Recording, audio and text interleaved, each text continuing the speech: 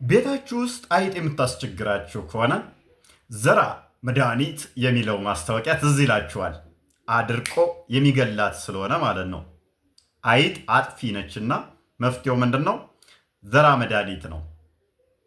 አይሁዶች አንድ ነቢይ ያስቸገራቸው አጥፊ ነው።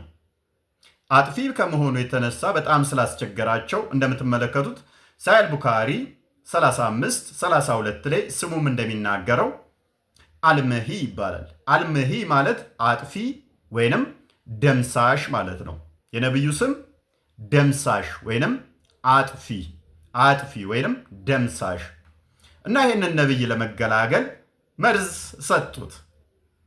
የነቢዩ ፍጻሜን ከሳሂህ ቡኻሪ 44:28 ላይ ተዘግቦ ይገኛል። ላንብብላችሁ።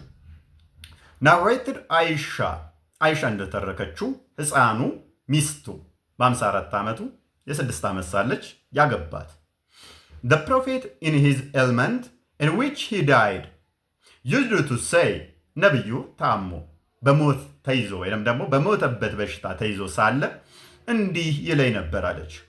Oh Aisha, I still feel the pain caused by the food I ate at Khaybar and at this time I feel as if my aorta is being cut from that poison. ውድ አይሻ በካይበር ላይ በበላሁት ምግብ ምክንያት ህመሙ ስቲል ይሰማኛል።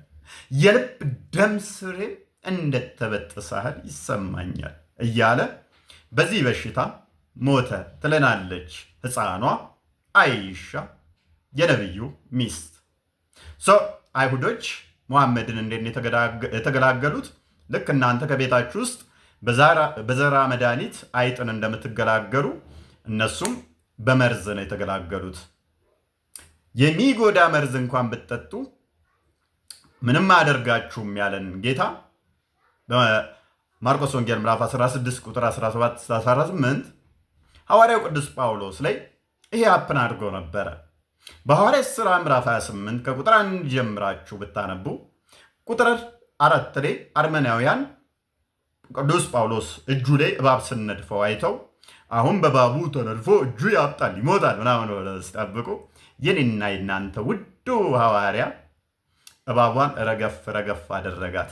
ምንም አልጎዳችሁም። እንደውም የእነኛን ሰዎች ያሟረቱበትን ሄዶ ቤተሰቦቻቸውን ፈወሰላቸው። የእስልምናው ነቢይ ሙሐመድ ግን የልብ ደም ስሩን በመርዝ ተበጥሶ ሞተ። ንጽጽራችሁን እዩት። ማን ነው ታዲያ እውነተኛ የፈጣሪን ቃል ያስተላለፈ? ዛሬ ማታ ላይቭ ላይ እንገናኝ፣ በዚህ ላይ እንመለከተዋለን።